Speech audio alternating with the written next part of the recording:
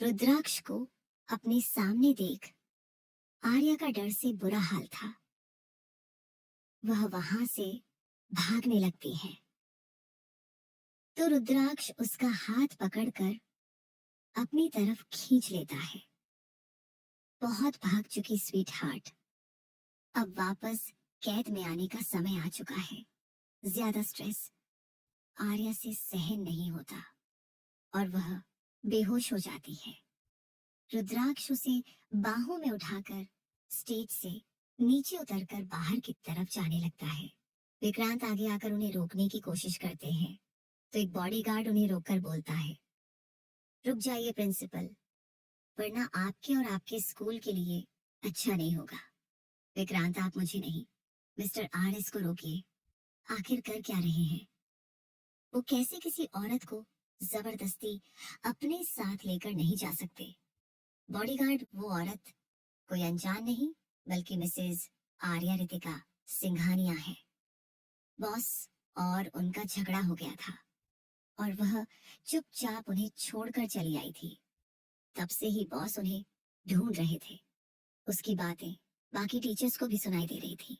आर्या इतने अमीर आदमी की वाइफ है, ये सुनकर उससे जलने वाले टीचर्स के तो होश ही उड़ जाता है।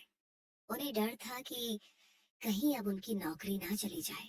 सबसे ज्यादा डर तो गरिमा और गीता को लग रहा था, क्योंकि उन्होंने ही आर्या को सबसे ज्यादा तंग किया था। रुद्राक्ष आर्या को लेकर कार में बैठता है।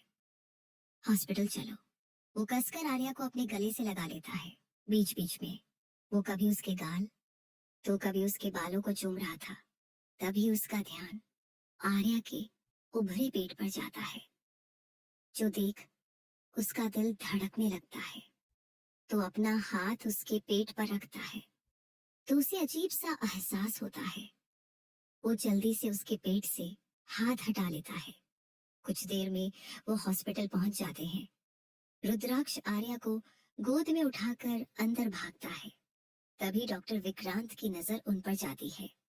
वो जल्दी से वहां आकर बोलते हैं, ओ गॉड, आर्या, इसे क्या हुआ और तुम कौन हो? ये अनजान आदमी उसकी स्वीट हार्ट को जानता है। ये सोचकर ही इसे गुस्सा आ रहा था, लेकिन फिलहाल आर्या को गायनेकोलॉजिस्ट के डिपार्टमेंट से लेकर चला जाता है। विक्रांत भी उसके पीछे आता है। अब तुम मुझे बताओगे तुम हो कौन और आर्या तुम्हें कहाँ मिली? रुद्राक्ष गुस्से से उसका गला पकड़कर उसे दीवार से लगा देता है। पति हूँ उसका समझ में आया, और मेरी स्वीट हार्ट से दूर रहो, वरना जान से हाथ धो बैठोगे। सामने खड़ा आदमी आर्या का पति है। जानकार विक्रांत काफी हैरान था। उसे आर्या के बारे में ज्यादा कुछ पता नहीं था। वो अपना गला छुड़ाते हुए बोलता है, मैं कैसे मान लूं कि तुम उसके पति हो, और अगर हो भी तो इतने दिन कहाँ था जब तुम्हारी बीवी इस हालत में अकेले थी? रुद्राक्ष, तुम हो कौन जिसे मैं सब कुछ बताऊं? अब निकलो यहाँ से। विक्रांत कुछ और बोलता, उससे पहले ही रुद्राक्ष के बॉडीगार्ड उसे खींचकर ले जाते हैं। थोड़ी देर में डॉक्टर वहां आती है। रुद्राक्ष उनसे आर्या की हालत पूछता है। देखिए, आपकी पत्नी काफी कमजोर है और अपना सही से ध्यान भी नहीं रखती है। अगर ऐसा ही चलता रहा तो ना आपकी बीवी बचेगी और ना ही बच्चा। इतना सुनते ही रुद्राक्ष कसकर अपनी मुट्ठी बना लेता है और आर्या के पास चला जाता है। आर्या की हालत वैसे भी काफी खराब थी। वो भला उसे और सजा क्या देता? वो एकटक उसके पीले पड़े चेहरे को देख 7 महीने की कमी पूरा कर रहा था। विक्रांत बाहर आकर सोनामन को फोन कर उन्हें अर्जेंटली मिलने को बुलाते हैं। कुछ देर में दोनों वहां पहुंच जाती है। क्या हुआ डॉक्टर, आपने इतना अर्जेंटली को बुलाया? सब ठीक तो है ना? विक्रांत, शायद नहीं, वो बेहोश है और अस्पताल में एडमिट है, और उसे यहाँ लाने वाला उसका पति है। क्या पति? दोनों एक साथ चिल्लाती हैं। विक्रांत, हाँ पति, और वो काफी खतरनाक भी लगा। मुझे तुम दोनों ने मुझे कभी उसके बारे में बताया ही नहीं। मोना, अगर उसका पति यहाँ तो मतलब वो भारी मुसीबत में है।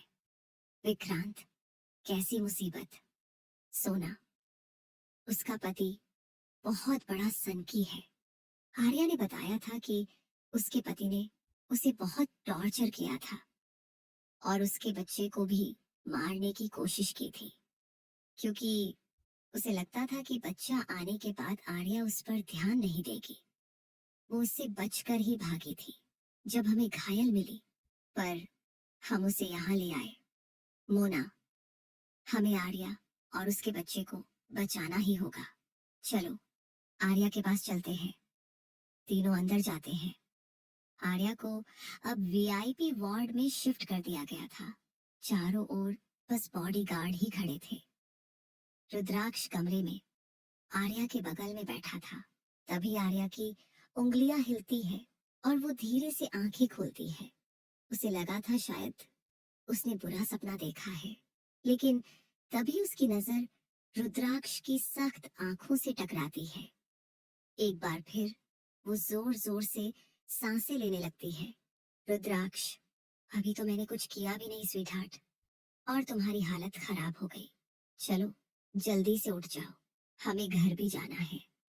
और इस बार मैंने तुम्हारे लिए खूबसूरत सा पिंजरा बनवाया है, जिससे तुम कभी बाहर नहीं निकल पाओगी। आर्या अपने पेट को हाथों से कवर कर बोलती है, मुझे जाने दीजिए, मुझे आपके साथ नहीं जाना। तभी एक बॉडीगार्ड अंदर आकर बोलता है, बॉस, दो लड़कियां बाहर खड़ी अंदर आना चाहती हैं। वो कह रही है कि मैडम की दोस्त है। दोस्त? रुद्राक्ष अजीब तरह से मुस्कुरा देता है, जो देख आर्या को सोना मोना के लिए बुरा लगने लगता है। आर्या, प्लीज मैं आपके सामने हाथ जोड़ती हूँ, सोना मोना को कुछ मत करना। रुद्राक्ष उसके गालों को खींचते बोलता है, स्वीट हार्ट, तुम्हें पता है ना, मुझे नफरत है जब तुम किसी और के लिए अपने पति के सामने आंसू बहाती हो। यहाँ दुखता है। वह अपने दिल पर हाथ रखकर बोलता है। तब तक सोना मोना भी कमरे के अंदर आ जाती है। सोना तुरंत रुद्राक्ष का हाथ आर्या के गाल से हटाकर बोलती है, आरू, तुम और बेबी ठीक हो ना? आर्या जल्दी से हाँ में सर हिलाती है। मोना रुद्राक्ष को उंगली दिखाते हुए बोलती है, देखो, तुमने पहले हमारी दोस्त को बहुत टॉर्चर किया, लेकिन अब नहीं। हमारे होते हुए तुम उसे यहाँ से लेकर नहीं जा सकते। इतना सुनते ही रुद्राक्ष के चेहरे पर कातिल मुस्कान आ जाती है। वही आर्या को मोना के लिए डर लग रहा था। वह मोना को पीछे कर बोलती है, तुम दोनों यहाँ से जाओ। सोना, बिल्कुल भी नहीं। हम तुम्हें इस मॉन्स्टर के आगे छोड़कर बिल्कुल भी नहीं जाएंगे। मॉन्स्टर? रुद्राक्ष के होठों के कोने मुड़ जाते हैं। चलो दिखाते हैं कि मॉन्स्टर असल में कैसा होता है। वह सोना के बालों को पकड़ अपनी तरफ खींचता है और दूसरे हाथ से पेन निकालकर तेजी से उसकी आंख पर मारता है, जिससे तीनों लड़कियों की जोर से चीख निकल जाती है और आंखें बंद हो जाती हैं। कुछ सेकंड के लिए वहां शांति छा जाती है। तभी रुद्राक्ष की हंसने की आवाज से तीन आंखें खोलती हैं। रुद्राक्ष के पेन की नोक सोना की आंख से बस 1 इंच की दूरी पर रुकी हुई थी। सोना लड़खड़ाकर गिरने लगती है तो मोना उसे पकड़ लेती है। अब उससे भी डर लग रहा था। रुद्राक्ष सोना के बालों को छोड़ता है। तुम्हारे ये प्रोटेक्टर भी तुम्हारी तरह कमजोर निकले। रुद्राक्ष अपना खंजर निकालकर उसे अपनी उंगलियों पर नचाने लगता है, जो देख आर्या का गला सूख जाता है। नहीं, अब वो अपनी वजह से किसी और की जान नहीं जाने देंगी। आर्या तेज से बोलती है, आप उन दोनों को जाने दीजिए। मैं आपके साथ चलने को तैयार हूँ। मोना, नहीं। आर्या आर्या उन दोनों के आगे हाथ जोड़कर बोलती है, प्लीज जाओ यहाँ से, तुम दोनों को मेरी और मेरे बच्चे की कसम। और थैंक यू, अजनबी होकर भी मेरे लिए इतना कुछ करने के लिए। दोनों हेल्पलेसली उसे देखकर बाहर चली जाती हैं। उनके जाते ही वह फूट फूट कर रोने लगती है। रुद्राक्ष, स्वीट हार्ट, तुम तो मेरे बिना कुछ कहे ही रोने लगी। आर्या, चाहते क्या है आप? क्यों आप मुझे नहीं छोड़ सकते? क्योंकि जो चीज मुझे पसंद आ जाए वह सिर्फ मेरी होती है, और जब मेरा मन उससे भर भी जाए तो भी मैं उससे किसी और की होने नहीं देता। वैसे मुझसे दूर जाकर तुम और भी ज्यादा खूबसूरत हो गई हो, और साथ ही तुमने काफी दोस्त भी बना लिए हैं। बाहर एक डॉक्टर तुम्हारे लिए मुझसे लड़ रहा था, स्कूल में प्रिंसिपल, और यहाँ ये दो लड़कियां। लगता है तुम्हारी कई कमजोरियां हैं। क्यों? सही कहा ना आर्या, जल्दी से। नहीं, मेरा सबसे कोई रिश्ता नहीं है। वो तो सोना मोना मेरा ध्यान रखती थी। प्लीज उन्हें कुछ मत करना। उन्होंने तुम्हारा ध्यान रखा है स्वीट हार्ट, तो मैं उनके से बुरा क्यों करूंगा? तुम मुझे इतना बुरा समझती हो, बल्कि मैं तो उन्हें थैंक यू बोलना चाहूंगा, मेरी स्वीट हार्ट की इतनी केयर करने के लिए। तभी गार्ड सिर झुकाकर अंदर आता है। बॉस, जेट रेडी है। रुद्राक्ष सिर हिला देता है और आर्या को गोद में उठाकर बाहर निकल जाता है। आरएस मेंशन, प्रतीक्षा जी हॉल में यशवर्धन जी के साथ बैठी थी। तभी दादी वहां जाकर बैठ जाती हैं। यशवर्धन, मुझे लगता है कि अब हमें रुद्राक्ष की दूसरी शादी के बारे में सोचना चाहिए। यशवर्धन जी, क्या बोल रही है माँ? रुद्राक्ष इसके लिए कभी नहीं मानेगा। वो तो ये भी मानने को तैयार नहीं है कि आर्या मर चुकी है। दादी, उसके मानने या ना मानने से क्या होता है? वह लड़की मर तो गई है ना, और कब तक उस धोखेबाज की याद में मेरा पोता तड़पेगा? प्रतीक्षा जी, माँ, आप क्या बोल रही हैं? दादी गुस्से से, वही बोल रही हूँ जो सच है। क्या जरूरत थी उस लड़की को अस्पताल से ऐसे चोरी छिपे भागने की?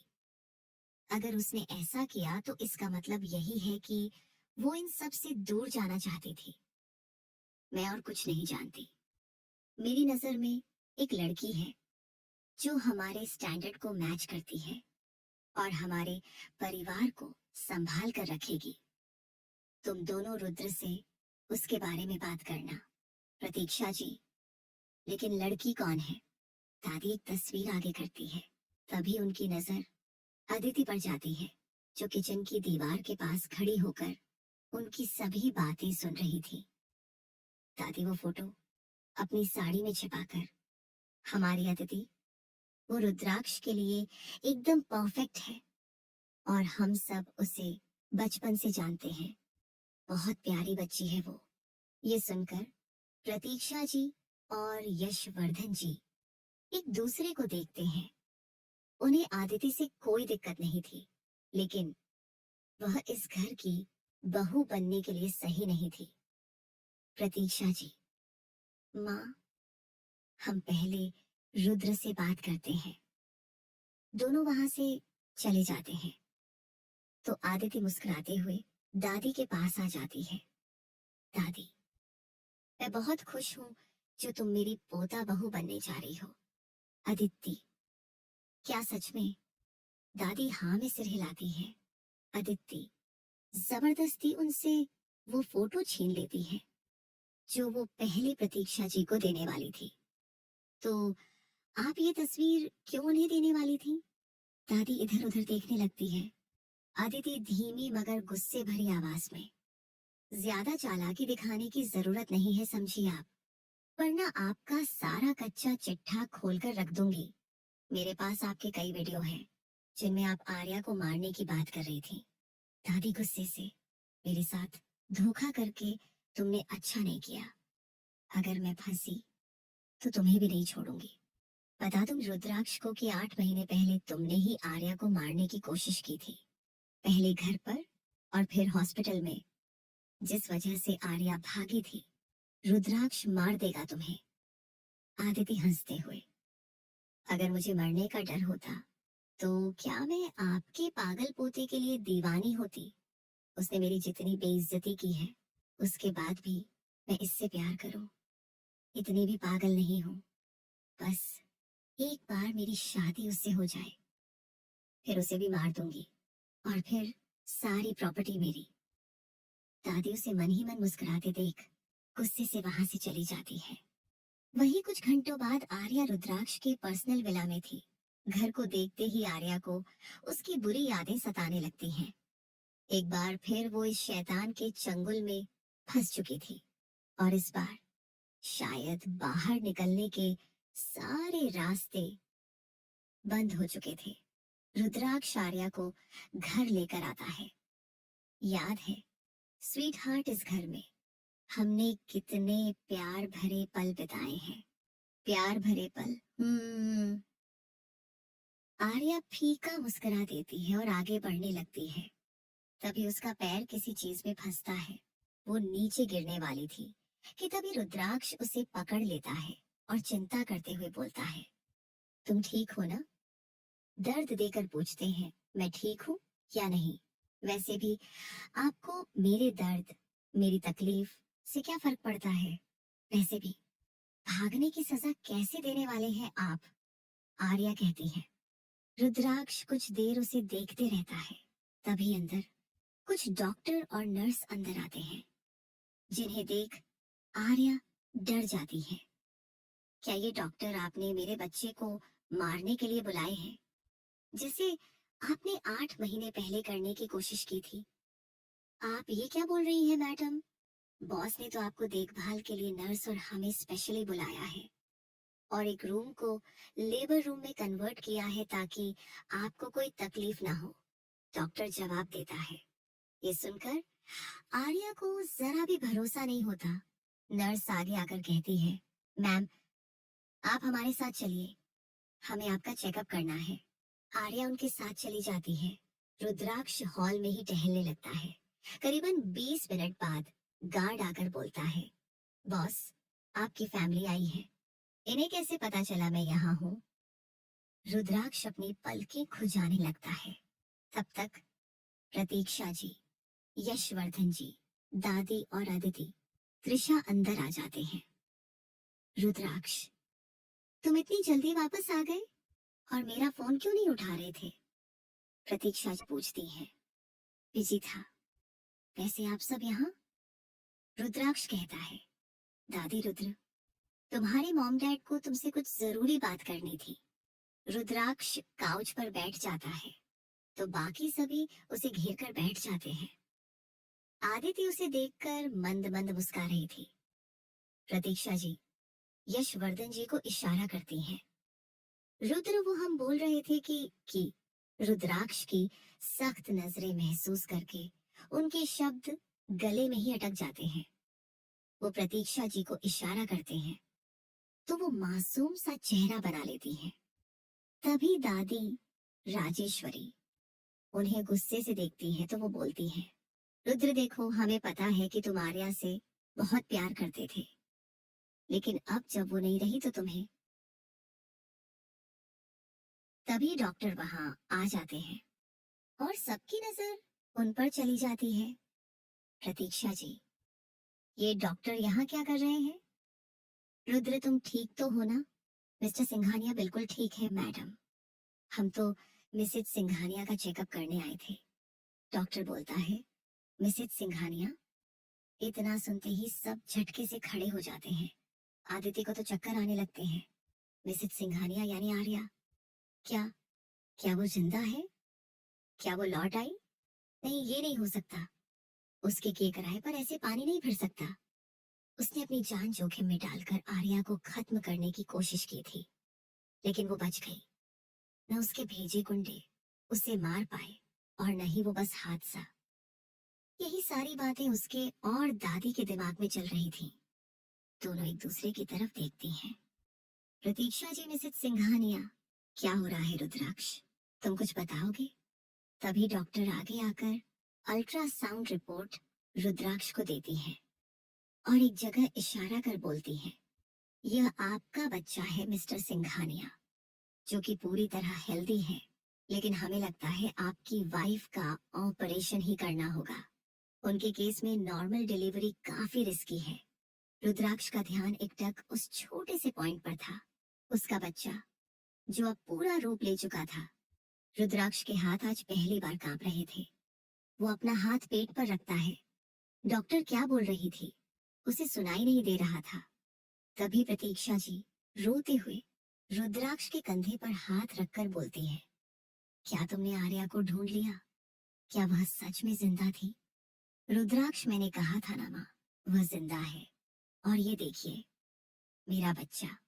वो प्रतीक्षा जी के गले से लग जाता है, जिससे प्रतीक्षा जी हैरान हो जाती है, क्योंकि जैसी रुद्राक्ष की शख्सियत थी, वो तो मुस्कुराकर बात भी नहीं करता था, पर आज पहली बार उसने आगे से उन्हें गले लगाया था।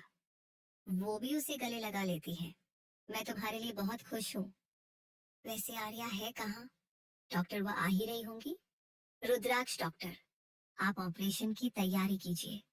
जब आप कहेंगी तब आर्या का ऑपरेशन हो जाएगा।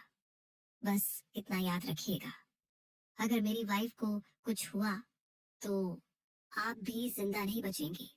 यशवर्धन जी उसे डांटते हुए, शांत रहो नालायक लड़की, वो तुम्हें खुशखबरी सुना रही है और तुम ऐसी मनहूस बातें कर रहे हो। डॉक्टर वहां से चली जाती है। कुछ देर में आर्या भी वहां आती है और जैसे ही उसकी नजर बाकी सब पर जाती है, वो वहीं रुक जाती है। उसका ध्यान दादी, राजेश्वरी और अदिति पर जाता है, जो उसे नफरत भरी नजरों से देख रही थी। उसके उभरे पेट को आदिति ऐसे घूर रही थी मानो अभी भस्म कर देगी। आर्या अपने पेट को हाथों से कवर कर लेती है। प्रतीक्षा जी जाकर उसे गले लगाकर रोने लगती है। आरू बेटा, तुम ठीक तो हो ना? हमें लगा कि हमने तुम्हें खो दिया, लेकिन रुद्र को भरोसा था और देखो, उसके भरोसे की जीत हुई। तुम सचमुच जिंदा हो। त्रिशा भी आकर उसे गले लगा लेती है। भाभी, आपको देखकर बहुत खुशी हो रही है। और देखो तो, हमारे छोटे जनाब भी काफी बड़े हो गए हैं। बस इनके बाहर आने का इंतजार है। यशवर्धन जी भी उसे भर भर कर आशीर्वाद देते हैं।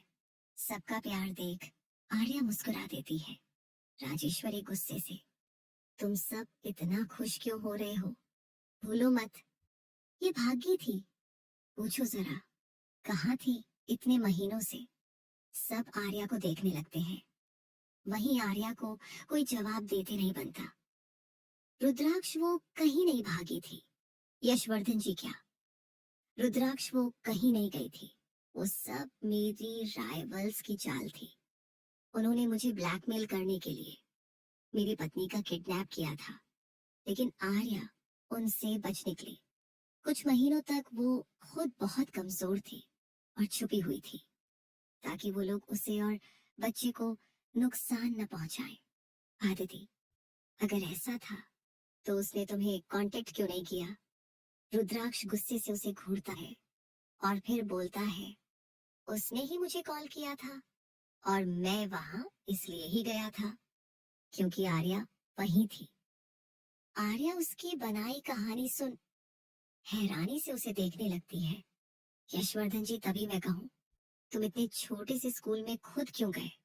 यशवर्धन जी, लेकिन बेटा, तुम उस बस हादसे से कैसे बची? आर्या मन में इन्हें सच नहीं बता सकती। डैड अचानक से मुझे चक्कर आने लगे थे, इसलिए मैं शहर से बाहर ही उतर गई थी। मेरा दुपट्टा और मंगलसूत्र वहीं गिर गया था। एक छोटी सी क्लिनिक में मैंने अपना चेकअप कराया। वहीं मुझे दो लड़कियां मिली और उन्होंने मेरी मदद की। प्रतीक्षा जी, चाहे जो भी हुआ हो, लेकिन आर्या और उसका बच्चा ठीक है, इतना काफी है। त्रिशा, सही कहा माँ आपने। और भाभी, एक बात बताऊं, आप भी मामी बनने वाली हैं। ये सुनकर आर्या बहुत खुश होती है। प्रतीक्षा जी क्या, पर तुमने हमें बताया भी नहीं। त्रिशा, कैसे बताती माँ? घर आते ही आप मुझे यहाँ ले आई कि भाई से दूसरी शादी की बात करने। आखिरी में वो अपनी जीभ काट लेती है। बाकी सब उसे गुस्से से घूर कर देखते हैं। रुद्राक्ष दांत पीसते हुए, दूसरी शादी? प्रतीक्षा जी, वो रुद्र, माँ को तुमसे यही बात करनी थी। वो चाहती थी कि अब तुम अपनी जिंदगी में आगे बढ़ो। रुद्राक्ष गुस्से से राजेश्वरी को घूरता है तो वो यशवर्धन जी के पीछे छुप जाती है। प्रतीक्षा जी, आरू प्लीज, हमें गलत मत समझना। हमें लगा था तुम मर चुकी हो। तुम्हारे जाने के बाद रुद्र बहुत परेशान रहने लगा था। दादी को लगा शादी के बाद वो तुम्हारी यादों से बाहर निकल पाएगा। काश वो कुछ वक्त और न मिलती तो शायद रुद्राक्ष की दूसरी शादी हो चुकी होती। ऐसे ही ख्याल आर्या के दिमाग में चल रहे थे। यशवर्धन जी, अच्छा, बहुत हुआ, अब आर्या को आराम करने दो। प्रतीक्षा जी यहाँ क्यों? आरू, तुम हमारे साथ घर चलो। रुद्राक्ष, वो कहीं नहीं जाएगी। प्रतीक्षा जी का हाथ पकड़ लेती है तो वो अभिमान से बोलती है, इस हालत में उसे परिवार के साथ रहना चाहिए। अब उसकी डिलीवरी डेट नजदीक है। रुद्राक्ष, ठीक है, त्रिशा चलो घर चलते हैं। दादी तुम लोग जाओ, मैं कुछ देर बाद आऊंगी। आर्या की सलामती के लिए प्रार्थना करने में मंदिर जा रही हूँ। आदिति बेटा, तुम भी मेरे साथ चलो। अदिति जी, दादी जैसा आप कहे। दोनों मंदिर के लिए निकल जाती हैं। वही बाकी सभी इस विला के लिए निकल जाते हैं। कार में बैठी अदिति और दादी गुस्से से उबल रही थी। एक शांत जगह देख दादी कार रुकवाती है और ड्राइवर को बाहर भेजकर डैश कैम ऑन ऑफ कर अदिति पर बरस पड़ती है। तुमसे एक काम भी ठीक से नहीं होता, बस बातें करने में माहिर हो। दादी, मैंने ऐसी प्लानिंग की है, ऐसी प्लानिंग की है। ये थी तुम्हारी प्लानिंग? वो लड़की फिर आ गई और उसका बच्चा भी ठीक है। अदिति चिल्लाइए मत, समझी? वैसे भी मेरा दिमाग खराब है, पता नहीं किस चमड़ी की बनी है। यार मरती ही नहीं। इतनी अच्छी प्लानिंग की मैंने पहले एक नौकर की मजबूरी का फायदा उठाकर आर्या के बच्चे को खत्म करने की कोशिश की। हॉस्पिटल पहुंचकर गलत दवाई देकर उसे मारने की कोशिश की और फिर उसकी मदद का लालच लेकर उसे हॉस्पिटल से बाहर लाई और गुंडे भेजे ताकि वो उसे मार सके। लेकिन वो वहां से भी बचकर निकल गई। बस हादसे में सब मारे गए, लेकिन उसकी किस्मत वहां भी अच्छी निकली। राजेश्वरी, मेरा परपोता एक गरीब और बदतमीज लड़की की कोख से जन्म लेगा। ये सुनकर ही मुझे गुस्सा आ रहा है। आदित्य, आपसे ज्यादा गुस्सा मुझे आ रहा है। उसने मेरे सपने चकनाचूर कर दिए। सोचा था अब रुद्राक्ष मेरा हो जाएगा, लेकिन वो लड़की फिर बीच में आ गई। मैं इस बार अपने हाथों से उसे मार दूंगी। वो गुस्से में अपना हाथ सीट पर पटकने लगती है। राजेश्वरी मन में, ये लड़की पागलपन में मेरे पोते को भी टक्कर देती है। Are mention. आर्या अपने कमरे में आती है और चारों तरफ देखने लगती है। ये कमरा उसके दर्द और अकेलेपन का साक्षी था। वो सब कुछ देख ही रही थी। तभी कोई पीछे से उसके कंधे पर हाथ रखता है। आर्या चौंक कर पीछे पलटती है और रुद्राक्ष को देखते ही पीछे हट जाती है। उसके हाथ डर से कांप रहे थे। शायद अब रुद्राक्ष उसे भागने की सजा देगा। रुद्राक्ष उसके करीब आने लगता है तो आर्या धीरे धीरे अपने कदम पीछे करने लगती है। ऐसा करते करते वह दीवार से सट जाती है। रुद्राक्ष उसके चेहरे के दोनों तरफ अपने हाथ रखकर अपना चेहरा उसकी तरफ बढ़ाता है तो आर्या कसकर अपनी आंखें बंद कर लेती है। तभी उसे अपने माथे पर रुद्राक्ष के होंठ महसूस होते हैं। रुद्राक्ष पूरी शिद्दत से उसके चेहरे को चूमने लगता है और आखिर में उसके होठों पर आकर रुकता है। उसने अपनी स्वीट हार्ट के गुलाब जैसे होठों को तो बहुत मिस किया था। वो बरसों के प्यासे की तरह आर्या के होठों पर अपने होठ रखकर उसे चूमने लगता है। आर्या बिना हिले डुले अपनी जगह खड़ी थी। रुद्राक्ष, किस me back sweet heart, otherwise. वो उसके पेट पर हाथ चलाने लगता है। आर्या तुरंत उसके गर्दन में हाथ डालती है और उसे किस करने लगती है, जिससे रुद्राक्ष और ज्यादा अग्रेसिव होने लगता है। उसके हाथ आर्या के पेट से ऊपर बढ़ रहे थे। जब आर्या को सांस लेने में दिक्कत होने लगती है तो रुद्राक्ष उसे छोड़ता है। आर्या भी लंबी लंबी सांसें लेने लगती है। तभी रुद्राक्ष उसके कुर्ते को फाड़ देता है। आर्या अपनी ढीले से प्लाजो और ब्रा में उसके सामने थी।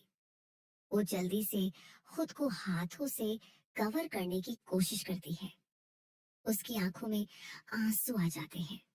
आज फिर एक बार उसका ये अनवांटेड हस्बैंड उसके साथ जबरदस्ती करेगा और वो कुछ नहीं कर पाएगी। प्लीज ऐसा मत करना, बच्चे को नुकसान पहुंचेगा। Sweet heart, let me feel you. Arya अब काफी छबी हो चुकी थी। सोना मोना ने उसका अच्छे से ध्यान रखा था, जिसकी वजह से वो काफी हेल्दी और खूबसूरत हो चुकी थी। तभी रुद्राक्ष अपने घुटनों के बल उसके आगे बैठ जाता है और उसके पेट को सहलाने लगता है और उसके पेट पर अपने होंठ रख देता है। तभी आर्या की चीख निकल जाती है। Rudraksh, are you okay sweetheart, what happened? Arya पेट पर हाथ रखकर बोलती है। इसने किक किया? रुद्राक्ष खुशी से, क्या सच में? रुद्राक्ष फिर से उसके पेट पर हाथ रखता है तो बच्चा फिर से किक करता है। रुद्राक्ष हंसते हुए, देखो यहाँ कुछ उभरा हुआ था। आर्या, ये उसके हाथ है। तभी एक बार फिर उसे दर्द महसूस होता है। रुद्राक्ष, क्या तुम्हें दर्द हो रहा है? आर्या आंखें बंद करके अपना सिर दीवार से लगा लेती है। इसके बाप ने मुझे टॉर्चर कर करके इतना मजबूत बना दिया है कि ये दर्द मुझे ज्यादा महसूस नहीं होता। माँ को सताने में ये अपने बाप पर ही गया है। इतना सुनते ही रुद्राक्ष के हाथ उसके पेट से हट जाते हैं। तभी त्रिशा दरवाजा नॉक करती है। रुद्राक्ष आर्या को बाथरूम भेजकर दरवाजा खोलता है। भाई मॉम आपको और भाभी को खाने पर बुला रही है। कुछ देर में दोनों डिनर के लिए जाते हैं। प्रतीक्षा जी ने ढेर सारी डिशेस बनाई थी। आरू बेटा आओ बैठो, वो उसके लिए खाना निकालती है। खाना देखते ही आर्या की आंखें चमक जाती हैं। इन दिनों उसे दुगनी भूख लगती थी। वो कुछ ही देर में पूरी प्लेट साफ कर जाती है। मॉम थोड़ा और मिलेगा? हाँ क्यों नहीं, तुम्हारे लिए ही बनाया है। वो दोबारा उसके लिए सर्व करती है। खाना खाने के बाद आर्या त्रिशा के साथ थोड़ी देर वॉक करती है। त्रिशा के हाथ में फोन देख वो बोलती है, त्रिशा क्या मैं तुम्हारा फोन यूज कर लूं? त्रिशा उसे अपना फोन दे देती है। आर्या बेंच पर बैठकर किसी को कॉल करती है। दूसरी तरफ से फोन रिसीव होता है। हेलो सोना, मैं आर्या। आर्या तुम ठीक तो हो ना? उस आदमी ने तुम्हें कुछ किया तो नहीं? आर्या कुछ बोलती तभी पीछे से रुद्राक्ष की आवाज आती है। किससे बात कर रही हो स्वीट हार्ट? आर्या तुरंत फोन काटकर पीछे मुड़ती है। रुद्राक्ष की आवाज सुन आर्या तुरंत फोन काट देती है। वो इधर उधर देखती है तो उसे त्रिशा दूर खड़ी दिखती है। रुद्राक्ष उसके हाथ से फोन छीनकर दोबारा उस नंबर पर कॉल करता है। आर्या नर्वसनेस से अपने हाथों को मसलने लगती है। तभी कॉल रिसीव करके सोना बोलती है, क्या हुआ आर्या, तूने अचानक से फोन क्यों काट दिया? तू ठीक तो है ना? उस मॉन्स्टर ने तुझे और बच्चे को हर्ट तो नहीं किया? फोन स्पीकर पर था, इसलिए आर्या उसकी सारी बातें साफ सुन पा रही थी। डर से उसके माथे पर पसीना आया हुआ था। रुद्राक्ष उसके हाथ पर फोन रखकर बोलता है, उससे बात कर लो, और अंदर की तरफ चला जाता है। आर्या हैरान थी। तभी फिर से सोना की आवाज आती है तो वह होश में आती है। हाँ हाँ मैं बिल्कुल ठीक हूँ। तुम दोनों मेरी टेंशन लेना बंद करो और अपना अच्छे से ध्यान रखना। बेबी बिल्कुल ठीक है और डॉक्टर ने कहा है कि ऑपरेशन करना पड़ेगा। मैं तुम दोनों को फोटोज जरूर भेजूंगी। सोना, तू सच बोल रही है ना? खा मेरी कसम। आर्या, हाँ हाँ तेरी कसम। अभी तक सब कुछ सही है। मैं यहाँ पर उसकी फैमिली से मिली और वो लोग मुझे अपने साथ ले आए। वैसे तुम दोनों और डॉक्टर शिव ठीक तो हो ना? मुझे उस आदमी पर भरोसा नहीं है। वो तुम तीनों के साथ कुछ भी कर सकता है। इसीलिए प्लीज तुम लोग मुझे बार बार कांटेक्ट मत करना। जब बच्चा हो जाएगा तो मैं गुड न्यूज देने के लिए तुम्हें फोन करूंगी। सोना, तू हमारी चिंता मत कर, हम ठीक हैं। तभी त्रिशा भी उनके पास आ जाती है तो आर्या बाय करके फोन रख देती है। त्रिशा, आप किससे बात कर रही थी?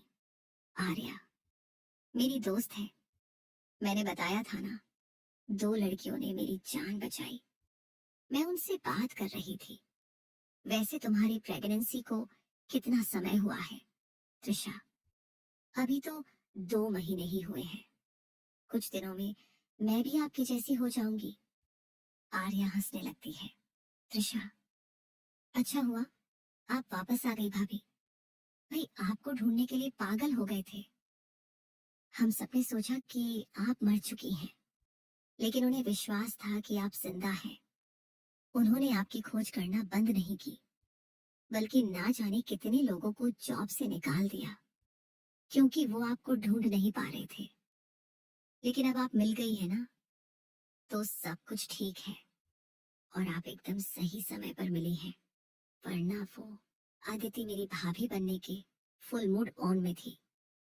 आर्या, आदिति, त्रिशा। हाँ, दादी को न जाने उसमें क्या अच्छा लगता है। उन्होंने ही कहा कि आपके जाने के गम से भैया को बाहर निकालने के लिए उनकी दूसरी शादी कराना जरूरी है, और उन्होंने आदिति का नाम सजेस्ट किया। मॉम डैड तो राजी ही नहीं हो रहे थे, लेकिन दादी तो हमेशा ही इमोशनल ब्लैकमेल करती हैं। इस बार भी उन्होंने यही किया और हम इसी बारे में बात करने आए थे, लेकिन आप हमें वहां मिल गई। आर्या बस मुस्कुरा देती है। कुछ देर वो दोनों वॉक करती हैं। आर्या को अब ज्यादा चलने में भी दिक्कत होने लगी थी और उसके पैरों में स्वेलिंग भी आ चुकी थी, इसलिए दोनों घर के अंदर आ जाती हैं। प्रतीक्षा जी, आरू बेटा, मैंने तुम्हारा और रुद्राक्ष का सामान नीचे कमरे में शिफ्ट कर दिया है। अब से तुम वहीं रहोगी। रुद्राक्ष, लेकिन क्यों? लिफ्ट तो है ना, आर्या को सीढ़ियां नहीं चढ़नी पड़ेंगी। प्रतीक्षा जी, मैंने कह दिया तो बस कह दिया, और जब तक मेरा पोता या पोती नहीं आ जाती, तब तक तुम दोनों को मेरी हर बात माननी पड़ेगी। मैंने 2 बच्चों को जन्म दिया है और मुझे अच्छे से पता है ऐसे समय में औरतों की क्या जरूरत होती है। और तुमने देखा, तुम्हारी पत्नी के पैरों में कितनी स्वेलिंग है।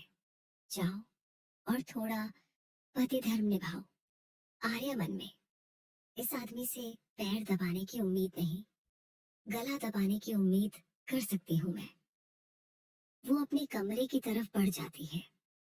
थोड़ी दूर चलने पर ही उसे थकावट होने लगती है, इसलिए वो सोफे पर बैठकर अपनी आंखें बंद कर लेती है। तभी उसे अपने पैरों पर किसी के हाथ महसूस होते हैं। वो आंखें खोलती है तो अपने पैरों पर रुद्राक्ष को देखकर हैरान हो जाती है। रुद्राक्ष के हाथ में तेल की कटोरी भी थी। वो आर्या का पैर अपनी जांघों पर रखता है और उसकी ड्रेस को थोड़ा ऊपर कर अपनी उंगलियों से उसके फूले पैरों की मालिश करने लगता है। आर्या तो उसका ऐसा रूप देखकर डर ही जाती है। उसे विश्वास ही नहीं होता कि ये रुद्राक्ष है। वो तुरंत अपने पैरों को खींचकर बोलती है, आ, आप आप क्या कर रहे हैं? देखिए, ऐसा मत कीजिए। आखिर आप क्यों मुझे परेशान करते रहते हैं? रुद्राक्ष थोड़ा चिढ़कर, तुम्हारी प्रॉब्लम क्या है? जब मैं तुम्हें डराता हूँ तब तुम डरती हो, लेकिन जब मैं तुम्हारी केयर करता हूँ तब भी ऐसे ही डरती हो। मैं तुम्हारे पैरों की मालिश कर रहा हूँ ताकि तुम्हें आराम मिले। तुम्हें मार नहीं रहा। आरू को अचानक से हंसी आ जाती है। रुद्राक्ष घूरकर उसे देखने लगता है। आरू के मूड स्विंग्स हो रहे थे, जिस वजह से उसे बहुत गुस्सा आ रहा था। आपने मुझे और बच्चे को मारने की कोशिश में कसर नहीं छोड़ी। मेरी किस्मत अच्छी थी जो मेरा बच्चा अभी तक जिंदा है। आपके हाथ हमेशा मुझे टॉर्चर करने में ही उठते हैं, केयर करने के लिए नहीं। मैंने तुम्हें मरवाने की कोशिश की। आरू, ऐसे मत देखिए, जैसे आपको कुछ नहीं पता। आपके कहने पर ही सर्वेंट ने मुझे जमीन पर धक्का दिया, मेरे पेट पर वार किया। आपके कहने पर यह हॉस्पिटल में उस डॉक्टर ने मुझे मारने की कोशिश की, और जब ये भी नहीं हुआ तो मेरे पीछे गुंडे भेज दिए। उसके शब्दों को सुनकर रुद्राक्ष का चेहरा डार्क हो जाता है। उसे पता था कुछ तो गलत है, लेकिन ऐसा कुछ हुआ है इसका उसे अंदाजा भी नहीं था। रुद्राक्ष खुद को हमेशा से पावरफुल समझता था, लेकिन आज ऐसा लग रहा था कि बहुत कुछ है जो उसे नहीं पता। आरू को अपने आसपास का माहौल सर्द होते हुए महसूस होता है, तो वह समझ जाती है कि उसने अपने मूड स्विंग्स में न जाने क्या क्या बोल दिया। उसकी आंखों से अश्रु बहने लगते हैं। वो अपने पेट को हाथों से सौ कवर कर बोलती है, सो सॉरी, मुझे नहीं पता ये सब कैसे मुंह से निकल गया। प्लीज प्लीज मेरे बच्चे को मत मारना। प्लीज, मुझे जो चाहे कर दो, पर मेरे बच्चे को कुछ मत करना। रुद्राक्ष उसके आंसुओं को साफ करता है और उसके पैरों को खींचकर फिर अपने पैरों पर रखकर उसके पैरों की मालिश करने लगता है। आर्या को अब ये उसका नया पागलपन लग रहा था। पहले वाला रुद्राक्ष होता तो उसकी बातें सुनकर एक पल नहीं लगा था उसकी जान लेने में, लेकिन ये रुद्राक्ष अभी तक शांत था। उसकी चुप्पी आर्या को और भी डरा रही थी। आर्या को रुद्राक्ष की शांति अलग ही डरावना एहसास दे रही थी। पहले की बात होती तो अब तक रुद्राक्ष उसे जिंदा दफन कर चुका होता, लेकिन अभी वो एकदम शांत था। उसके मालिश करने से आर्या को आराम मिल रहा था। उसे पता नहीं चलता कि वो कब सो जाती है। उसके सोने के बाद रुद्राक्ष उसकी ड्रेस को नीचे करता है और उसे गोद में उठाकर संभालते हुए बेड पर लिटा देता है। आर्या प्रेगनेंसी की वजह से काफी मोटी हो गई थी, लेकिन उसके वजन से रुद्राक्ष को कोई फर्क नहीं पड़ता था। वह एक नजर उसके सोते हुए मासूम चेहरे को देखता है और फिर उसके पेट पर हाथ रखकर बोलता है, जिसने भी तुम दोनों हर्ट करने की कोशिश की है उन दोनों को मौत से भी बुरी सजा दूंगा मैं। लेकिन खुद को कैसे सजा दोगे रुद्राक्ष, क्योंकि तुमने तो मेरा ऑपरेशन कराने की कोशिश की थी। एत, तुम भी चाहते थे कि ये बच्चा इस दुनिया में ना आए। ये सुन रुद्राक्ष सामने देखता है तो उसे खुद का ही अक्स दिखाई देता है।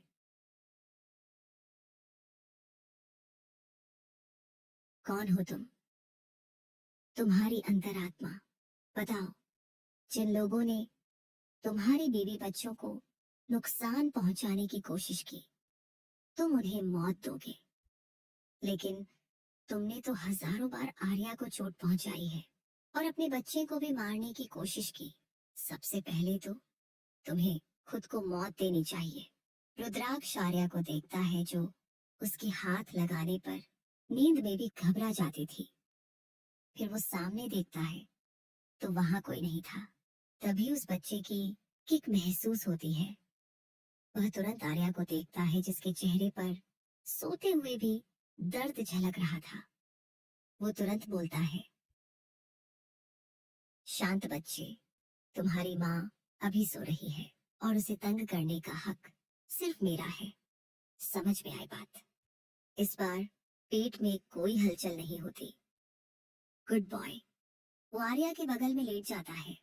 अगली सुबह रुद्राक्ष की नींद आर्या की आवाज से खुलती है। वो पहले घड़ी देखता है जहां 9 बज रहे थे। इतने महीनों में आज पहली बार रुद्राक्ष सुकून से सोया था। उसे आर्या की आवाज तो आ रही थी, लेकिन वो कमरे में नहीं दिखती। रुद्राक्ष विंडो के पास जाकर खड़ा हो जाता है तो उसे जिंदगी का सबसे खूबसूरत नजारा दिखाई देता है। आर्या, जिसने पीले रंग की फ्रॉक पहनी हुई थी, वो अपनी ब्राइट स्माइल के साथ अपने फूले हुए पेट को सहलाते हुए बातें कर रही थी। ओ माय कपकेक, आप जल्दी से बाहर आ जाओ। मम्मा को आपके साथ खेलना है। मैं बहुत एक्साइटेड हूँ आपको अपनी गोद में लेने के लिए, आपको प्यार करने के लिए। आपकी वजह से ही तो मम्मा जिंदा है, वरना कब की मर चुकी होती। आप ना मेरी तरह बनना, न कि अपने खड़ूस डैड की तरह। ये सुनते ही रुद्राक्ष की आंखें सिकुड़ जाती हैं। वो तुरंत साइड का दरवाजा खोलते हुए उसके पीछे जाकर खड़ा हो जाता है। मेरी बेटी को क्या सिखा रही हो स्वीट हार्ट? आर्या की आंखें बड़ी हो जाती हैं। वो पीछे पलटकर नजरें चुराते हुए बोलती है, कुछ भी नहीं बेटी। रुद्राक्ष, हाँ बेटी ही होगी। नहीं बेटा होगा, बेटी होगी, बेटी होगी। बेटा, तुम्हें इतना यकीन कैसे है? ये मेरे पेट में है और मैं महसूस कर सकती हूँ। ये बेटा है। ठीक है, तुम जीती। रुद्राक्ष के कहते हैं। आर्या हंसते हुए उसे गले लगा लेती है। अगले ही पल उसे महसूस होता है कि वो इतनी मीठी नोक झोंक वो अपने शैतान पति के साथ कर रही है, जिसकी उसे शक्ल से भी नफरत है। वो अपना चेहरा ऊपर करके रुद्राक्ष को देखती है, जो अपनी गहरी नजरों से उसे देख रहा था। वो तुरंत उससे दूर हटती है। मैं वो तुरंत कमरे में चली जाती है। वही रुद्राक्ष अपने सीने पर हाथ रखता है। उसका दिल जोरों से धड़क रहा था। आज पहली बार उनके बीच नॉर्मल पति पत्नी की तरह बातचीत हुई थी। आ, आज पहली बार आर्या उसके साथ पूरे मन से मुस्कुरा रही थी। आज पहली बार उसे एहसास हुआ था कि आर्या उसका ऑब्सेशन ही नहीं, उसका सब कुछ थी। पहली बार उसे सब कुछ अच्छा महसूस हो रहा था। उसका नजरिया बदला था और पहली बार ही उसके चेहरे को बड़ी सी और असली मुस्कान थी। और सबसे बड़ी बात, आज पहली बार उसे अपनी गलतियों का एहसास हुआ था। वो भी उसके पीछे कमरे में चला जाता है। आदिति दूर खड़ी दोनों का नैन मटक्का देख रही थी। वो गुस्से से अपना हाथ रेलिंग पर पटकती है। उसने इन दोनों को दूर करने की कोशिश की थी, लेकिन अब दोनों और नजदीक आ रहे थे। मुझे कुछ करना होगा। इस आर्या ने मेरी नाक में दम कर रखा है। खाने की टेबल पर बैठी दादी आर्या को वहां आते देखती है।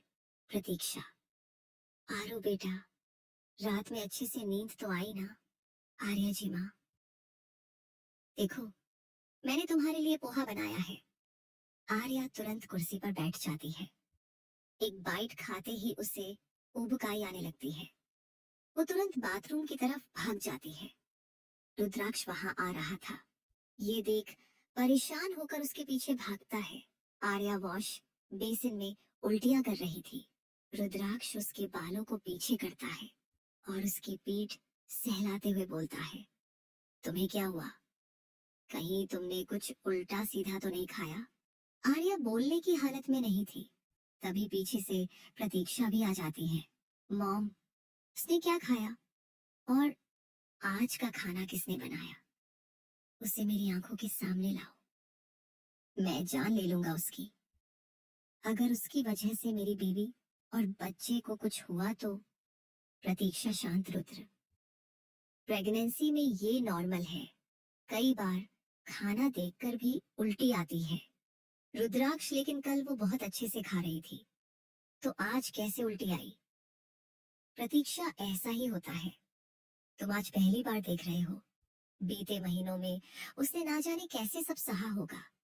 काश वो दूर ना होती तो हम उसका ख्याल रखते। काश ऐसा होता, रुद्राक्ष सोचता है। लेकिन तब क्या उसे अपनी गलतियों का एहसास होता? अगर आर्या वहां से न भागती तो क्या अभी तक उसका बच्चा जिंदा बचता? यही सवाल वो खुद से पूछता है। आर्या नॉर्मल होती है तो वो गीले तौलिए से उसका चेहरा साफ करने लगता है।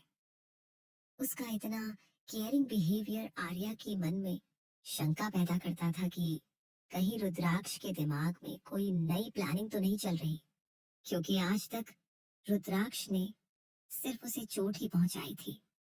वो जितना भी कोशिश कर ले, आर्या के ख्याल उसके बारे में कभी बदलने वाले नहीं थे। मन के जख्म इतने गहरे थे जिन्हें सिर्फ मौत ही भर सकती थी। रुद्राक्ष उसे बाहर लेकर आता है। प्रतीक्षा बेटा, ये फ्रूट्स ही खा लो। आर्या सेब लेकर खाने लगता है। रुद्राक्ष प्रतीक्षा के हाथ से चाकू लेकर खुद उसके लिए फल काटने लगता है। प्रतीक्षा अपने बेटे का बर्ताव देखकर बड़ी खुश थी। रुद्राक्ष आर्या को अपने हाथों से फल काटकर खिलाता है, जो देख प्रतीक्षा की खुशी का तो ठिकाना ही नहीं था। आर्या ने उनके बिगड़े और खतरनाक बेटे को सुधार दिया। ऐसे ही ख्याल उनके दिमाग में चल रहे थे। वो मन ही मन उनकी नजर उतारने लगती है। वही आर्या को अब कुछ खास हैरानी नहीं होती, क्योंकि कल रात से ही वो उसका उल्टा बिहेवियर देख रही थी, जो उसके पर्सनैलिटी से बिल्कुल मैच नहीं करता था। इन सब में सबसे बुरा हाल तो दादी और आदिति का था। दोनों ही मन में कुढ़ते हुए आर्या को कोस रही थी। तभी रुद्राक्ष का फोन बजता है। वो कॉल रिसीव करते हुए बाहर चला जाता है। वहीं प्रतीक्षा भी यशवर्धन के पास चली जाती है। दादी और आदिति आर्या के पास आकर बैठ जाती है। दादी, मेरे पोते को उंगलियों पर नचाकर बड़ी खुश हो रही हो ना, तो देखना तुम्हारी खुशी ज्यादा दिन तक टिकी नहीं रहेगी, क्योंकि उसे बच्चा नहीं चाहिए। आर्या पहले उन्हें घूरती है और फिर अचानक से मुस्कुराते हुए बोलती है, कुछ नया बताइए दादी, ये मैं पहले से ही जानती हूँ। आपकी चमची आदिति और पोता तीनों ही इस बच्चे को नहीं चाहते, लेकिन मैं इस बच्चे को दुनिया में लेकर आऊंगी।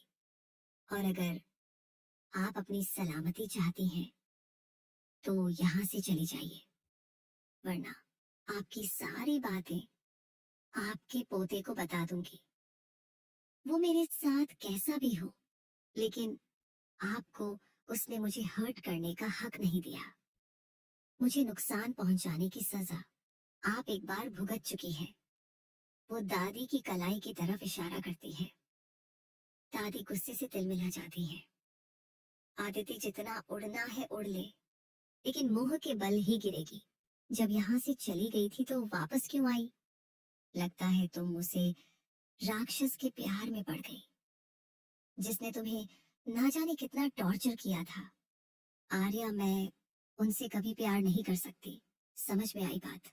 और अगर मेरे बस में होता तो मैं वापस इस कैद में कभी नहीं आती।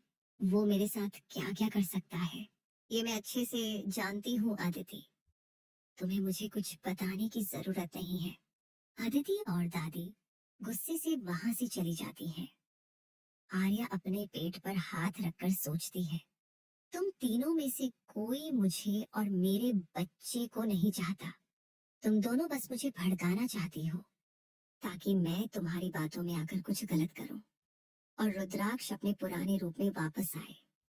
लेकिन मैं ऐसा नहीं करूंगी, क्योंकि मैं इस हालत में नहीं हूं कि उसे जीत सकूं।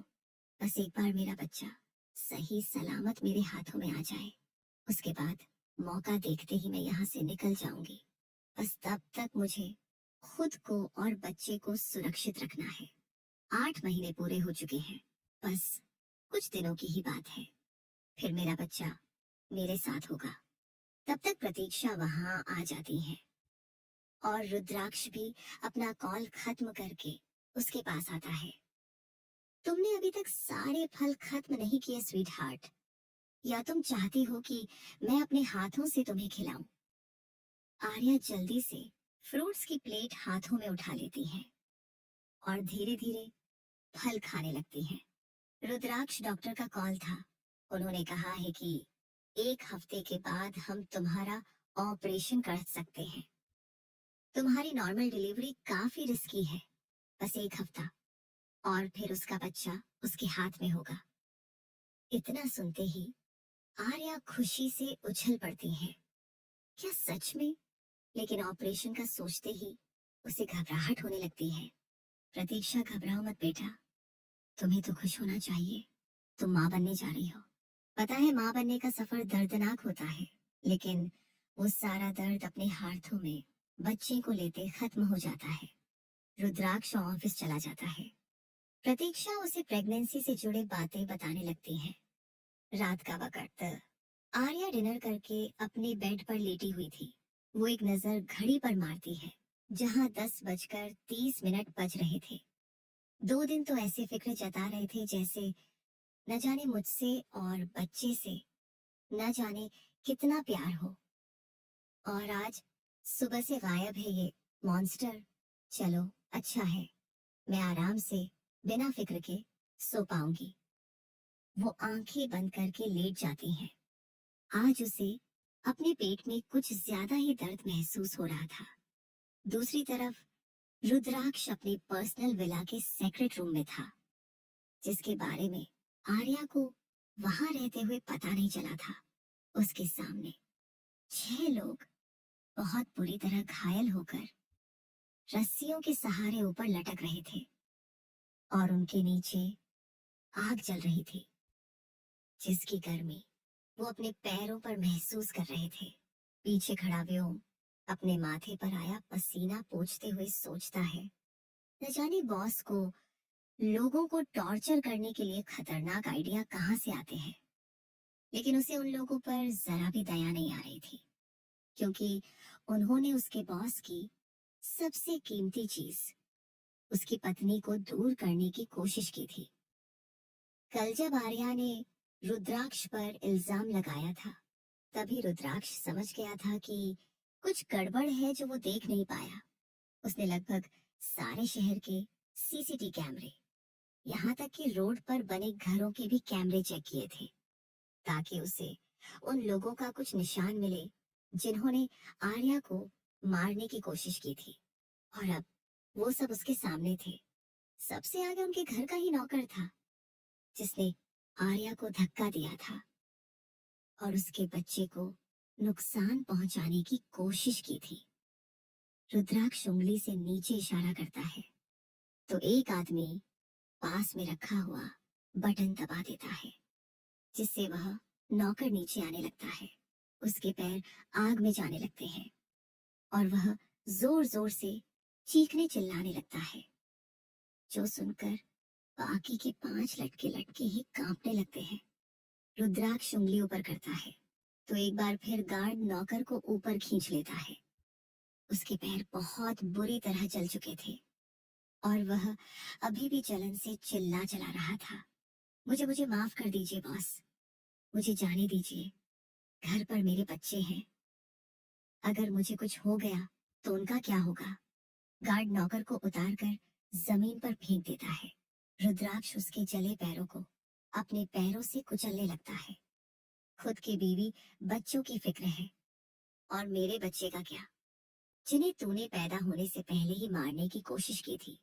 नौकर माफ कर दीजिए, मैं ऐसा नहीं करना चाहता था, पर उन्होंने मेरे बच्चे को किडनैप किया था और मुझे धमकी दी थी कि अगर मैंने ऐसा नहीं किया तो वह लोग उसे मार देंगे। किसने किसने कहा था तुम्हें ये सब करने को? मुझे नहीं पता, बस मुझे एक अनजाने नंबर से कॉल आई थी और साथ में एक वीडियो भी, जहां पर मेरे बच्चों को हाथ पैर बांध कर रखा था मैं बहुत डर गया था। व्योम, तुम ये बात हमें भी बता सकते थे, लेकिन तुमने मैडम को मारने की कोशिश की। नौकर से रोते हुए माफी मांगने लगता है। तूने जो किया है उसकी कोई माफी नहीं। तेरी वजह से मेरी बीवी आर्या को लगता है कि मैंने उसे और बच्चे को मारने की कोशिश की।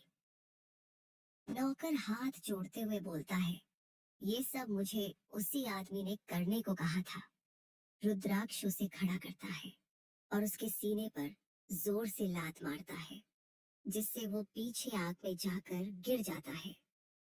कुछ देर में पूरे बेसमेंट में जोर जोर से नौकर के चीखने चिल्लाने की आवाज गूंज रही थी, जो सुनते ही दो आदमी बेहोश हो चुके थे और एक ने डर से अपनी पैंट गीली कर दी थी, क्योंकि अब उनका ही नंबर था।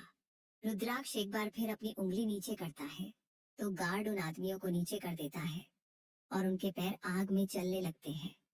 उनकी चीख सुनकर रुद्राक्ष को बहुत सुकून मिल रहा था। कुछ देर बाद रुद्राक्ष उंगली ऊपर करता है तो वो उन्हें ऊपर कर देता है। रुद्राक्ष इशारा करता है तो गार्ड उसे रुद्राक्ष के कदमों पर फेंक देते हैं। रुद्राक्ष पास में रखा हुआ नमक अपनी मुट्ठी में भर लेता है। तूने हॉस्पिटल में मेरी आरू को मारने की कोशिश की थी ना? ये आदमी उसी अस्पताल में नर्स था जहां आर्या को रखा गया था। रोते हुए वो अपने हाथ जोड़ लेता है। सॉरी, सॉरी, मुझे माफ कर दो। मैं लालच में आ गया था। मुझे भी किसी आदमी ने कॉल करके उस औरत को ऐसा इंजेक्शन लगाने को कहा था जिससे वो और उसका बच्चा वहीं मर जाए। इसके बदले उसने मुझे 50 लाख रुपए दिए थे। रुद्राक्ष उसके जले पर नमक रगड़ने लगता है, जिससे वो जोर जोर से चीखने लगता है और आखिर में बेहोश होकर गिर जाता है। रुद्राक्ष इसे तब तक टॉर्चर करो जब तक इसके शरीर को कीड़े ना खा जाए। आखिर में उन चारों का नंबर आता है जो जमीन पर पड़े करा रहे थे। रुद्राक्ष ने उनके ऊपर खौलता तेल डाला था, बस उनका लीडर उससे बचा हुआ था। रुद्राक्ष लीडर से, तुम मुंह खोलते हो या मैं अपनी तरह से शुरू करूं? लीडर, हम कॉन्ट्रैक्ट किलर्स हैं। हमें किसी आदमी ने आपकी वाइफ की फोटो और 1 करोड़ रुपए भेजे थे। हमें आपकी पत्नी का किडनैप कर उसका मर्डर करने को कहा गया था, लेकिन वो हमसे बचकर एक बस में चढ़ गई थी। कॉल करने वाले ने अपना नाम रुद्राक्ष बताया था। रुद्राक्ष गार्ड्स को इशारा करता है तो वो उन आदमियों को लेकर चला जाता है। व्योम बॉस इनके फोन से सारे पुराने रिकॉर्ड निकाले, लेकिन कुछ पता नहीं चला। लेकिन वो जरूर कोई अमीर है, तभी वो इतनी बड़ी रकम देने को तैयार हो गया। रुद्राक्ष कुछ सोचते हुए बाहर निकल जाता है, जहां ड्राइवर उसका इंतजार कर रहा था। वो घर के लिए निकल जाता है। विला पहुंचते ही वो अपने कमरे में जाने लगता है। वो बहुत गुस्से में था, क्योंकि उसे अभी तक पता नहीं चल पाया था कि किसने आर्या को मारने की कोशिश की थी। तभी एक ड्राइवर वहां आकर डरते हुए बोलता है, बॉ, आपसे कुछ बात करनी थी। अभी नहीं बॉस, ये जरूरी है। रुद्राक्ष इग्नोर करके जाने लगता है तो वो बोलता है, ये मैडम के बारे में है। इतना सुनते ही रुद्राक्ष के कदम रुक जाते हैं। कुछ देर में दोनों कार में थे और रुद्राक्ष एक रिकॉर्डिंग सुन रहा था। आदित्य और दादी की वो बातें जो दोनों ने कार में की थी। रुद्राक्ष गुस्से से कार से निकल जाता है। तभी उसे आर्या के चीखने की आवाज आती है, जो सुनते ही उसका दिल अनजाने डर से भर जाता है। वो तुरंत कमरे की तरफ भागता है। आर्या की चीखें इतनी तेज थीं कि सभी घर वाले बाहर आ जाते हैं। रुद्राक्ष कमरे में पहुंचता है तो सामने का नजारा देख उसके होश उड़ जाते हैं। सामने आर्या जमीन पर गिरी हुई थी और उसके पैरों से खून निकलते हुए जमीन पर गिर रहा था और वह दर्द से बेतहाशा चीख रही थी। रुद्राक्ष आज पहली बार अपने होश खो बैठा था। प्रतीक्षा जी उसके कंधे पर हाथ रखकर बोलती हैं, देख क्या रहे हो रुद्राक्ष, उसको हॉस्पिटल लेकर चलो। रुद्राक्ष तुरंत आर्या के पास जाकर उसे अपनी गोद में उठा लेता है। आर्या रुद्राक्ष को देखती है और फिर बेहोश हो जाती है। लेकिन उस एक पल में रुद्राक्ष को आर्या की आंखों में अपने लिए बेहद नफरत दिखाई दी थी। वो प्रतीक्षा जी के साथ आर्या को अस्पताल लेकर निकल जाता है। पीछे से यशवर्धन जी आदिति को राजेश्वरी का ध्यान रखने को बोलकर चले जाते हैं। आदिति, जरूर आपने कुछ किया है, इसलिए ही ऐसे मुस्कुरा रही हैं। राजेश्वरी, वही जो तुम नहीं कर पाई। मैं इस गरीब और बदतमीज लड़की की कोख से अपना वारिस पैदा नहीं होने दूंगी। अभी तो सिर्फ कुछ लोगों को ही पता चला तो उन्होंने मेरा इतना मजाक उड़ाया है। कल को ये बात सारी सोसाइटी में फैल जाएगी तो हमारी क्या इज्जत रह जाएगी। अदिति, क्या आप उन दोनों आंटियों की बात कर रही हैं जो आपसे कल मिलने आई थी? राजेश्वरी की दो सहेलियां उनसे मिलने आई थी, कल्याणी और सुषमा। दोनों ही राजेश्वरी के मुकाबले कम अमीर थी, जिस वजह से उनसे काफी जलती थी। सुषमा, राजेश्वरी, मैंने अपनी पोती के लिए तुम्हारे पोते का हाथ मांगा था तो तुमने कहा था कि हम तुम्हारी बराबरी नहीं कर सकते, और अब एक नौकरानी की बेटी से अपने पोते की शादी करा दी। कल्याणी, और वो भाग भी गई। सुना है प्रेग्नेंट थी, जरूर ये बच्चा किसी और का होगा, वरना कौन सी लड़की माँ बनने पर घर छोड़कर भागती है। ऐसी लड़कियों पर भरोसा नहीं किया जा सकता। लेकिन तुमने तो दोबारा घर पर रख लिया। लगता है एक नाजायज बच्चा सिंघानिया खानदान में पलेगा। हम तो ऐसा कभी नहीं करते। खैर, हमें क्या, ये तो तुम्हारे घर का मैटर है। इतना सुनते ही राजेश्वरी गुस्से से उन दोनों पर बरस पड़ती है। पहले जो औरतें उनके सामने झुकी रहती थीं, आज वो उन्हें ताने सुना रही थी। राजेश्वरी, अब बस और नहीं। इससे पहले सब मेरा मजाक उड़ाए, मैं इस वजह को ही खत्म कर दूंगी। शाम को वो मंदिर जाती है। मंदिर के पीछे काफी जड़ी बूटियां उगती थीं, जिनकी राजेश्वरी को अच्छी पहचान थी। इनमें एक ऐसी भी थी जो प्रेग्नेंट औरतों के लिए नुकसानदायक थी। राजेश्वरी वो ले आती है और डिनर के वक्त चुपके से आर्या के खाने में मिला देती है। रुद्राक्ष के न होने पर यह काम बहुत आसानी से हो गया था। वो अपनी सोच से वापस आती है। हॉस्पिटल में रुद्राक्ष आर्या को हॉस्पिटल लेकर आता है, जहां डॉक्टर ने पहले ही पूरी तैयारी कर ली थी। रुद्राक्ष बाहर बेचैनी से टहल रहा था। प्रतीक्षा जी और यशवर्धन जी का भी बुरा हाल था। अंदर डॉक्टर आर्या का चेकअप कर रहे थे। कुछ देर बाद डॉक्टर बाहर आती है। डॉक्टर, उनकी कंडीशन खराब है। उन्होंने कुछ ऐसा खाया है जो प्रेग्नेंट औरतों के लिए जहर समान है। हम माँ और बच्चे में से किसी एक को ही बचा सकते हैं। इतना सुनते ही प्रतीक्षा जी तो गिरने वाली ही थी कि यशवर्धन जी उन्हें संभाल लेते हैं। रुद्राक्ष, सेव माय वाइफ। डॉक्टर अंदर चली जाती है। आर्या का ऑपरेशन शुरू हो चुका था। यशवर्धन जी व्योम और त्रिशा को भी इन्फॉर्म कर देते हैं, और राजेश्वरी को भी। राजेश्वरी और आदिति तो बहुत खुश थी, लेकिन दुखी होने का दिखावा अच्छे से कर रही थी। त्रिशा और व्योम भी कुछ देर में हॉस्पिटल पहुंच चुके थे। त्रिशा अपनी माँ को संभाल रही थी। रुद्राक्ष खामोश होकर बेंच पर बैठा हुआ था। वो अपनी आंखें बंद कर उस लम्हे को याद करता है जब उसने आर्या के पेट पर हाथ रखा था और उसके बच्चे ने उसे किक मारी थी। रुद्राक्ष चंद दिनों में ही उसके साथ जुड़ाव महसूस करने लगा था। अगर उसका ये हाल है तो आर्या का क्या होगा? उसने 8 महीने अपनी कोख में रखा था। अपने बच्चे को बचाने के लिए वो रुद्राक्ष और बाकी सबसे लड़ गई। क्या होगा जब उसे पता चलेगा कि बच्चा नहीं रहा? क्या वो ये बर्दाश्त कर पाएगी? क्या वो इन सब का जिम्मेदार रुद्राक्ष को मानेगी? वही था जो सबसे पहले उस बच्चे को मार देना चाहता था, ताकि आर्या और उसके बीच में कोई ना आए। उसे आर्या चाहिए थी, ना कि बच्चा। लेकिन अब सब कुछ बदल चुका था। आर्या पहले ही मुझसे बहुत नफरत करती है, लेकिन अब वह क्या करेगी? क्या वह उसे छोड़कर चली जाएगी? नहीं, नहीं, वो कभी भी आर्या को खुद से दूर नहीं जाने देगा, क्योंकि वह अब उसका ऑब्सेशन ही नहीं, उसकी जिंदगी का अहम हिस्सा बन चुकी थी। कुछ घंटे के बाद ऑपरेशन थिएटर की लाइट बंद होती है। रुद्राक्ष जल्दी से उठकर दरवाजे पर खड़ा हो जाता है। कुछ देर में डॉक्टर बाहर आती है। डॉक्टर, मेरी वाइफ कैसी है? डॉक्टर, वह ठीक है, लेकिन काफी ज्यादा कमजोर है। अगर आप टाइम पर उन्हें नहीं लाते तो उन्हें बचाना मुश्किल हो जाता। रुद्राक्ष, उसे होश कब तक आएगा? क्या मैं उसे देख सकता हूँ?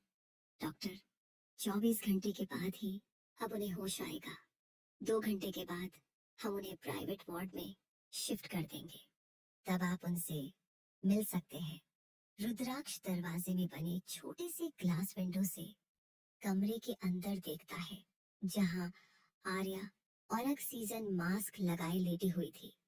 तभी पीछे से यशवर्धन जी बोलते हैं, हिम्मत से काम लो बेटा, अभी तुम्हें आर्या को भी संभालना है।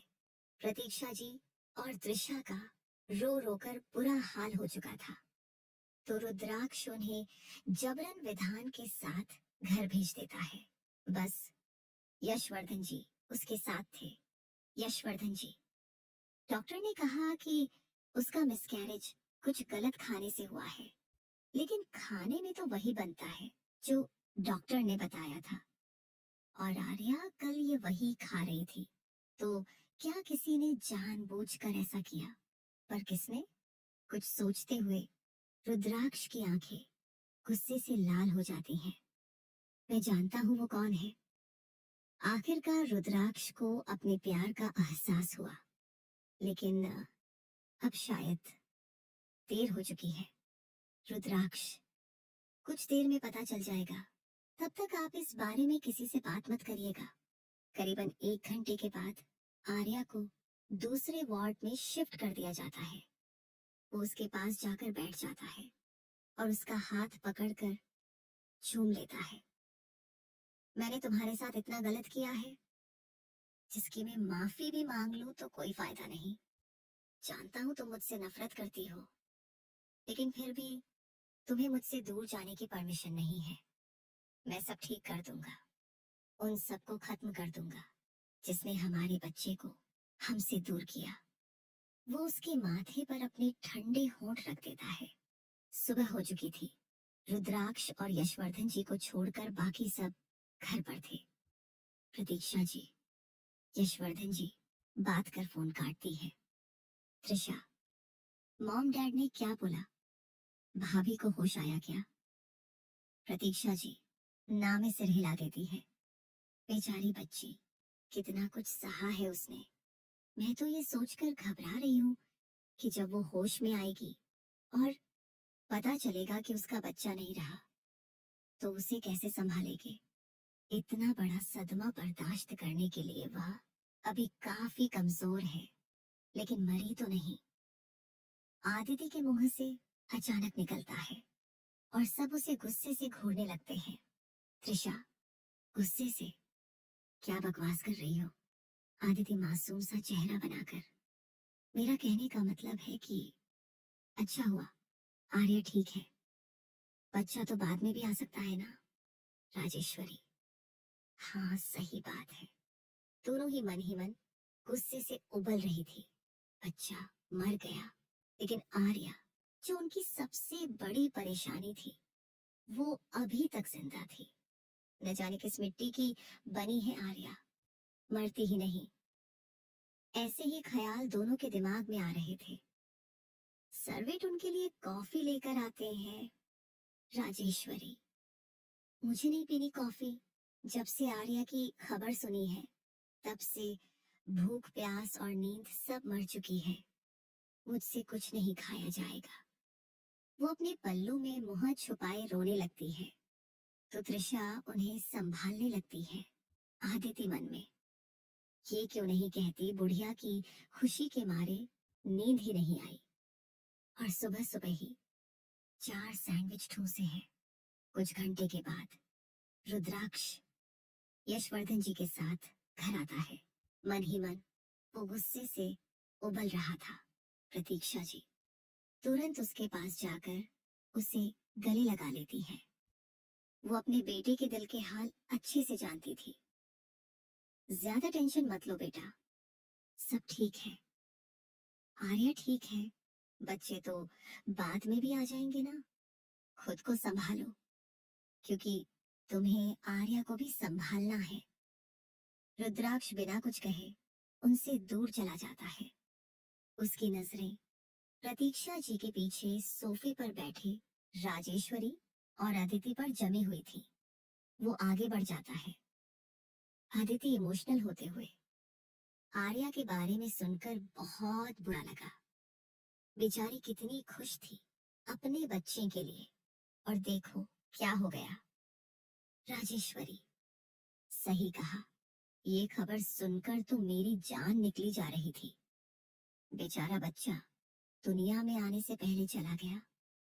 खैर जो होना था हो गया। अब तुम आर्या को संभालो। वह दोनों अच्छे से ड्रामा कर रहे थे, इससे अनजान कि रुद्राक्ष को अब उनका सच पता है।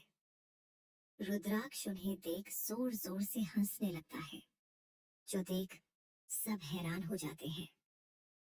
व्योम लगता है बॉस सदमे में है। त्रिशा उसे गुस्से से देखती है।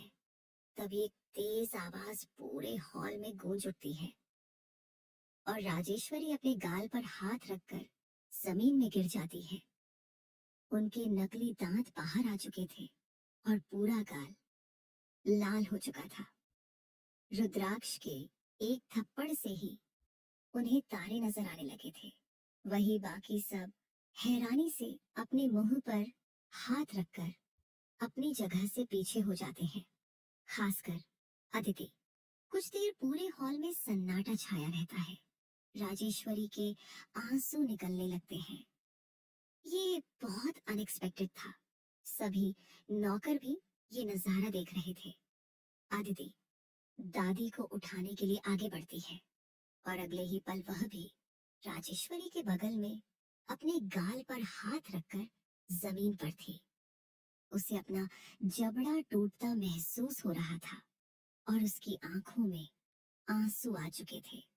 यशवर्धन जाकर रुद्राक्ष को थप्पड़ मारते हैं। पागल हो गए हो तुम? तुम्हारी हिम्मत कैसे हुई माँ पर हाथ उठाने की? रुद्राक्ष कुछ कहे बिना जोर जोर से हंसने लगता है। त्रिशा डरकर व्योम का हाथ पकड़ लेती है। अपने भाई का यह रूप वह पहली बार देख रही थी।